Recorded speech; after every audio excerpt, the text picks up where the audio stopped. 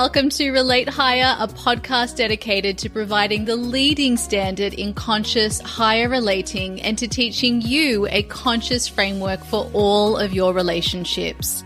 This is your go-to resource for developing meaningful, conscious relationships across your life. I'm your host, award-winning relationship coach and consultant and former family lawyer, Leticia Ringe. I'm so glad you're here.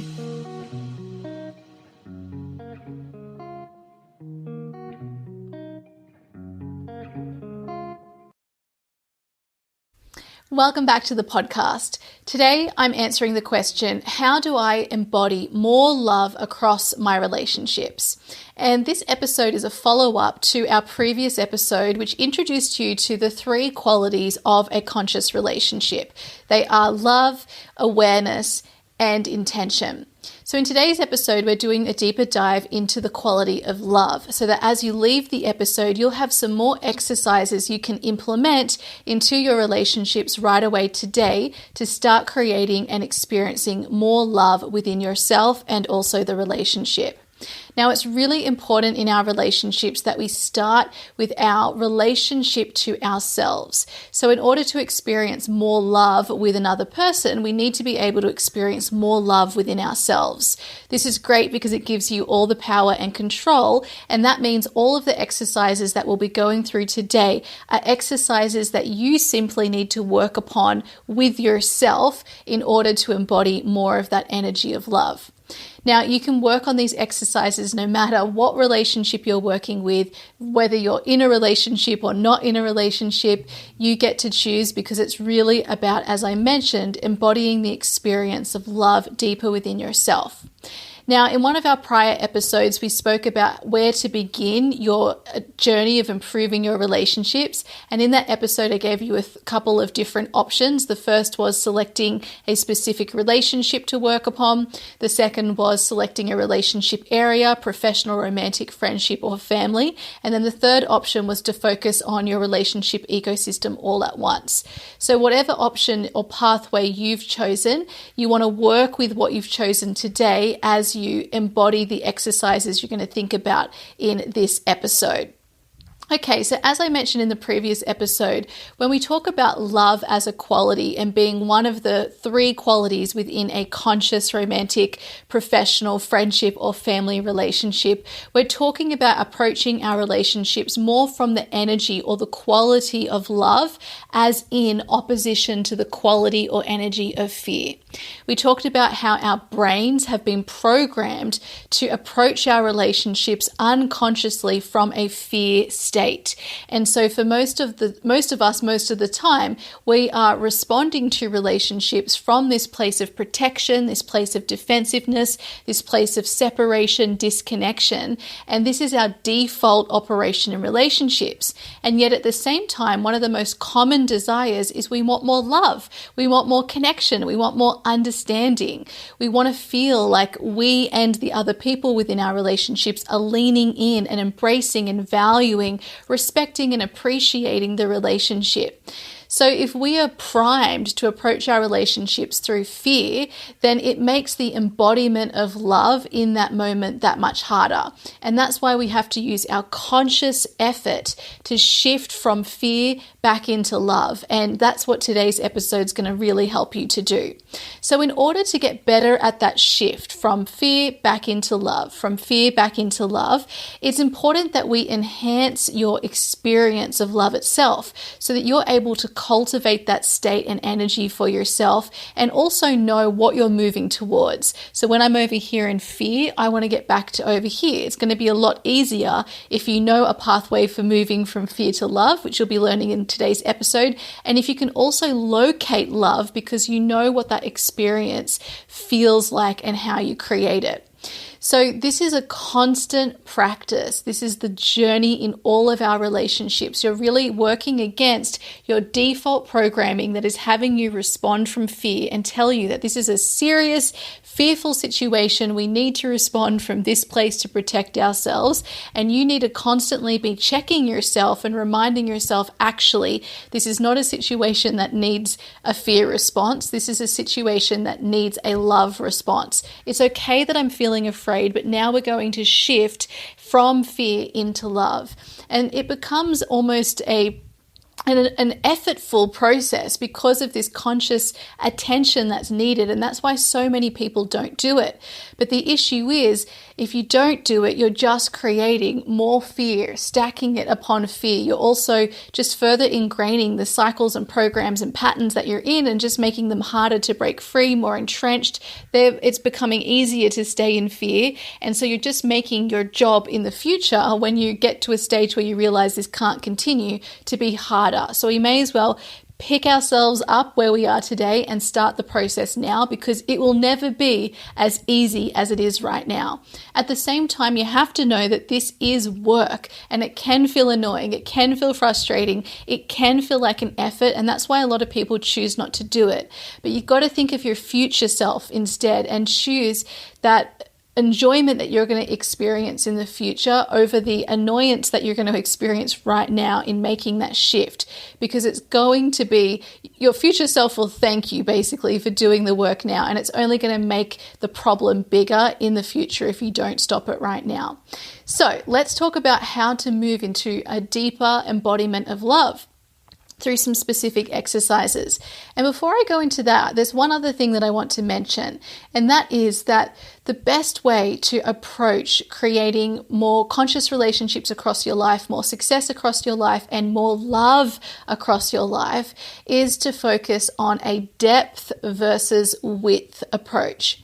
Now, one of the biggest issues I see that stands in the way of everyone approaching relationships in a way that sets them up for success is that we have been conditioned to think that if I just have more people in my life, or if I just replace the people I have in my life for better people, then I'm finally going to create the love and the successful relationships that I desire. This is a problem because what you desire is actually an experience of deeper love. And the only way you can experience deeper love is to start embodying it in a deeper way now. So it's actually always about depth. It's never about width. It's not about finding the right people. It's about learning how to love in deeper ways right now. And you can do this within your relationships as well as in your relationship to yourself. Now, I'm not saying that you can't have new people come into your intentional relationship ecosystem, or that some people aren't right for that ecosystem anymore. What I am saying is that unless you learn how to embody deeper levels of love, no matter who you swap out in the ecosystem or the relationship, you're going to keep coming up against the same problem. So we want to make sure we address the real problem, which is your capacity for the experience of love, and deepen that so that as you deepen it, then even if you call new people in, you're going to be able to experience the love you're craving. And with the relationships that remain, you'll be able to experience a deeper love because you allowed yourself to learn and embody that deeper quality of love for yourself first. Now, as always, when we're working on improving something, we're working on a process of transformation. And so we want to take a holistic approach to the way we approach that transformation. This means we're working with the 3 different systems within you: your mind, your body, and your intuition or your soul. So the exercises I'm going to take you with today will tap you into these 3 different systems. In fact, they're designed to work with each system so that we can get you embodying love on that 3 system level. So the first exercise I'm going to give you is all about allowing yourself to come into a deeper experience of love first through the body. So when we're in a fear-based response, we're in a fight, flight, freeze, fawn response where we are contracted in some way, we are defensive, we are constricted. Sometimes it can feel really heavy, and there's a lot of energy within our bodies that closes ourselves off from love. We're ready to fight. But when we're in that love-based perspective, we're in a secure place. We're more open, we feel safe, and so there's this lightness to it. And so in order to have our physical body experience more love, as well as our mental body, and even to get into your soul intuitive voice, you need to work with the body first. So we want to work with the physical sensations in the body. We want to move from a place of contraction or stress, that fear response, into an open, receptive, light, love-based response. And the best way you can do that is by working first with your nervous system. Now, this is a very hot topic at the moment. Everyone's talking, it seems, about nervous system regulation and co-regulation. And that's a beautiful thing because it means there are lots of exercises and research available for you to do your own research and find exercises that are aligned for you on nervous system regulation and co-regulation. And it also means that there's a huge focus on this subject, which can also lead to ignoring other parts of the equation. We're not going to do any of that. We're going to work with the 3 systems. And so this first question is all about nervous system regulation. But after this, it's really important to move into the following exercises. So to regulate our nervous system is really about moving it from this dysregulated fear response into this calm, regulated, love-based response. So you can even ask yourself, what does fear feel like in my body? And then what does love feel like in my body? And you'll get a really good point of difference by exploring that question for yourself. However, the exercise today is simply to ask yourself, am I in a regulated state? So you'll notice, am I in this contracted, fight, tense, fear-based response, or am I in this light, relaxed, calm, regulated, love-based response? If you're not in that calm, regulated, love-based response, then the first exercise is to move you from the fear-based response physically into this love-based response. And the way that you can do that is simply through breathing. You want to think about, if I had a tiger behind me, what would I be doing? You'd probably be feeling the way that you're feeling right now to some degree, but you're definitely not taking a moment to pause and to consciously breathe. Allow yourself that space because you've got the tiger behind you. And that's how your brain is responding when it's in this fear-based response. So what we want to do is basically trick our mind by working with the body and letting the mind know through what we're doing with the body that, hey, I'm safe. I'm in a place where I can stop and breathe because I'm safe.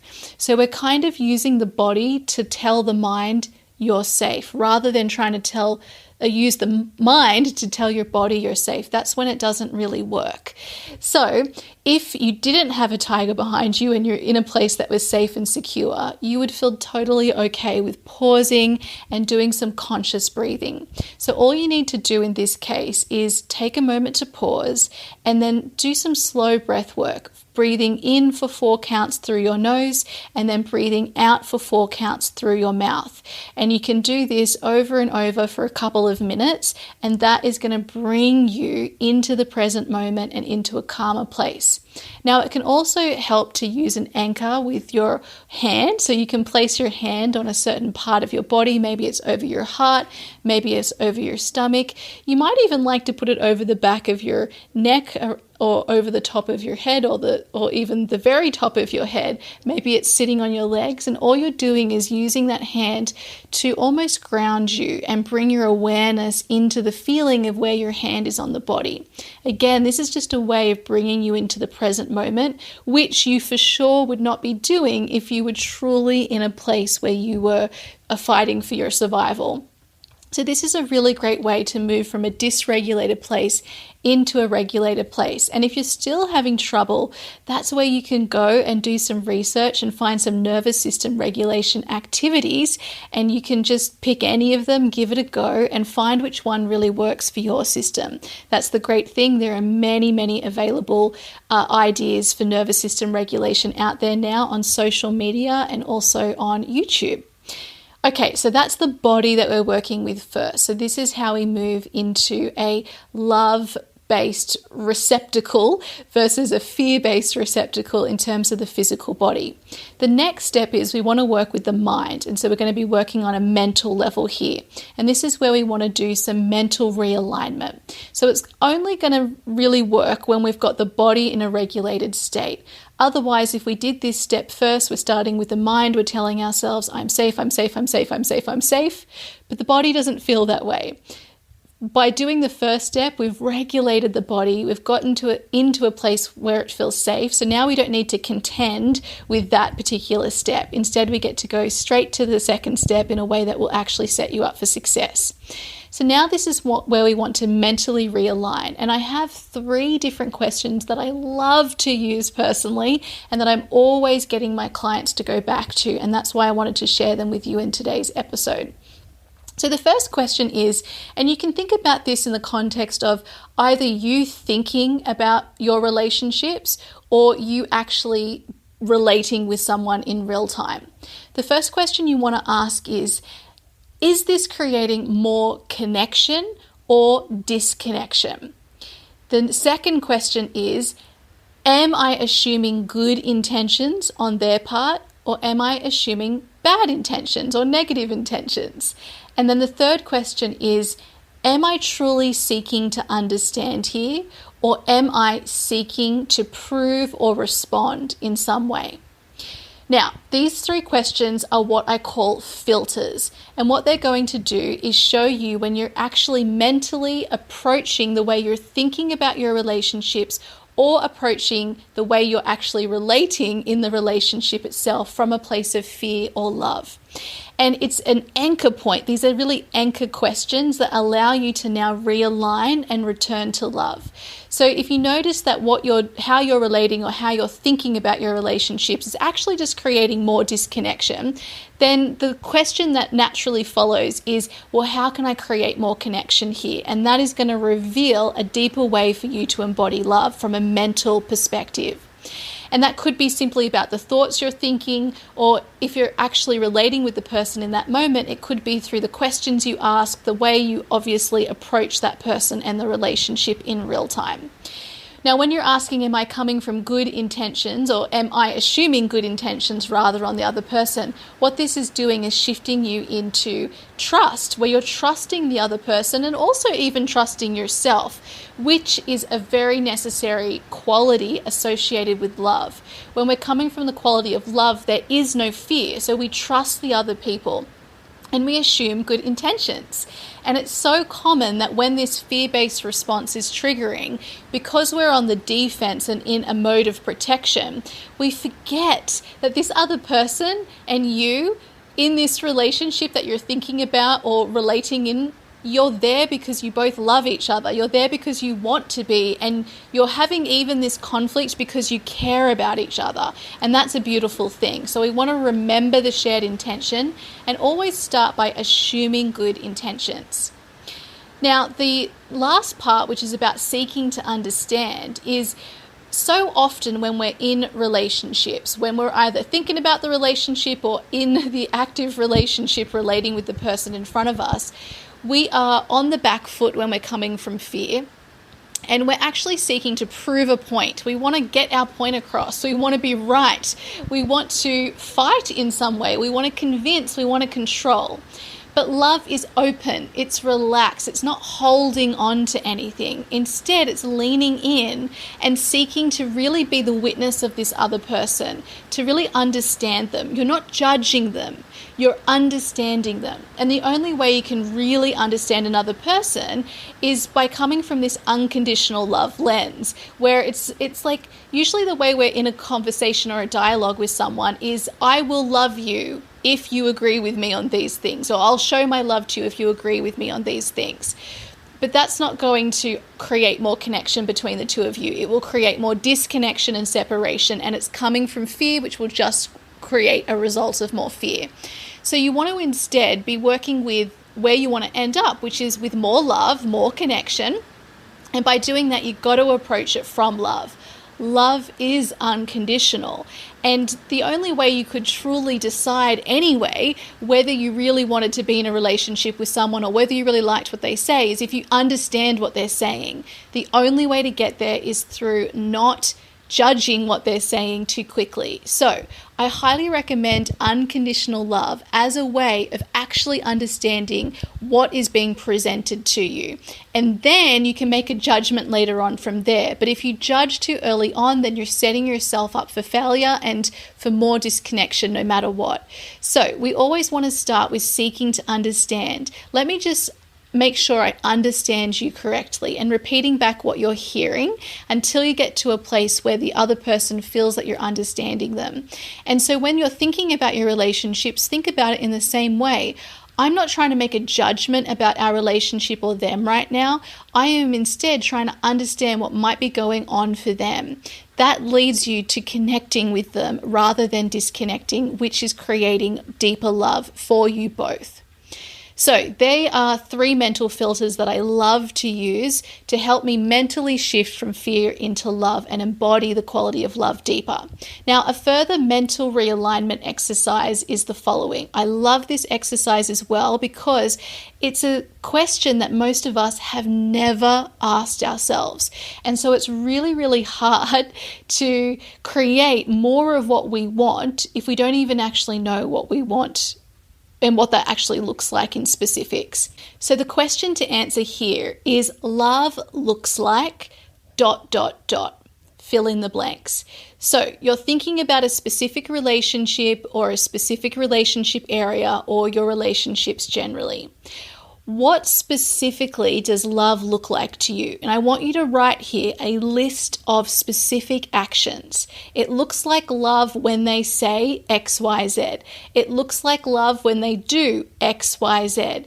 It looks like, just keep on going and get a list for yourself of what love specifically looks like and think about these specific actions. Most of us have never answered this question for ourselves, but we are unconsciously filtering people through some checklist that we're not even aware of. So it's really important to pull this out of your unconscious and then make conscious decisions about what love looks like. Now, if you're thinking about this in a professional context, the word love might feel too airy-fairy. So some other replacements that might help you are what makes me feel valued looks like, what makes me feel appreciated looks like, what makes me feel respected looks like. It's so helpful to use any of those words and qualities because it's very similar to the quality of love. So you just want to get specific, like in relation to your boss at work or the manager that you report to or another team member in a relationship that you want to improve. What does it look like to feel respected? When do you feel respected by them? What specifically are they doing? Or if you're thinking about your romantic relationships, one that you want to create in the future or one that you're in now, what does it look like when I'm feeling loved? What would that specifically look like? What would my partner be doing? What would I be experiencing with them? In the context of friends or family members, again, what does it look like when I feel valued by my friends and my family or loved by my friends and my family? Just choose the quality that feels the easiest for you to access right now.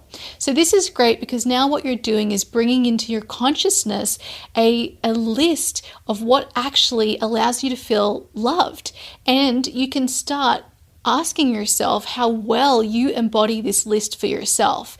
And so if you want to embody love more deeply, you can go deeper into these actions that you're sharing just with yourself.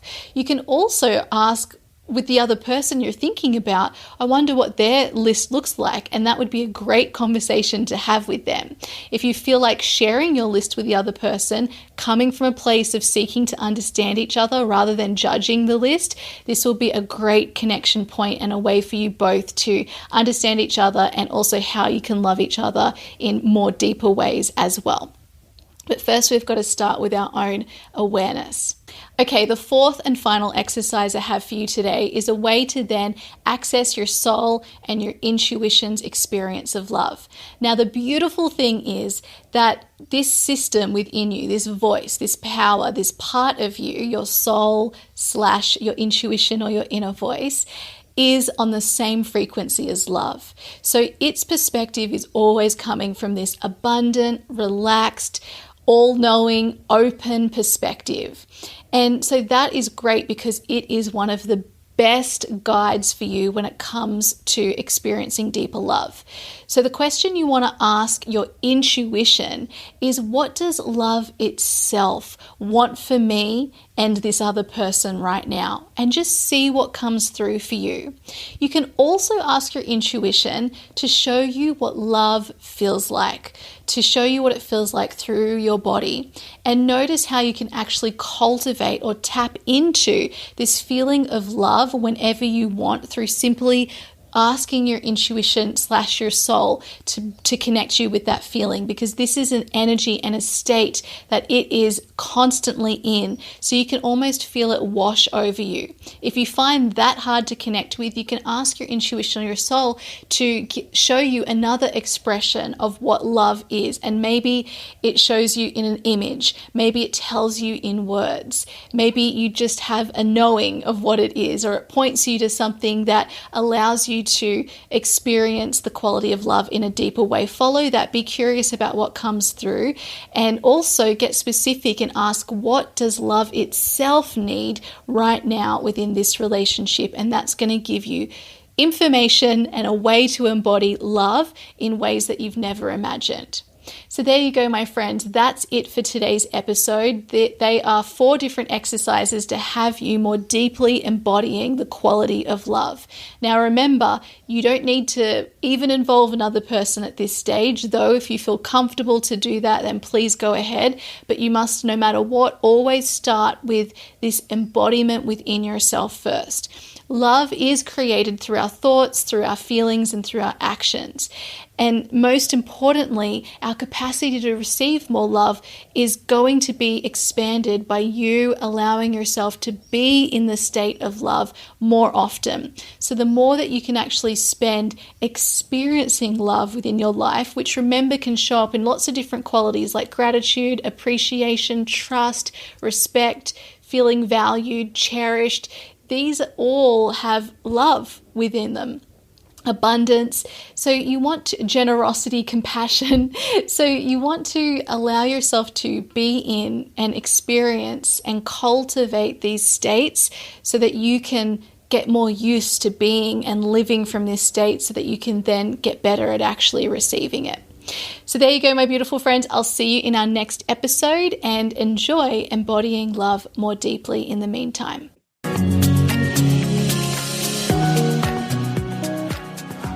Thank you for listening to Relate Higher, your go-to resource for learning how to consciously approach all of your relationships.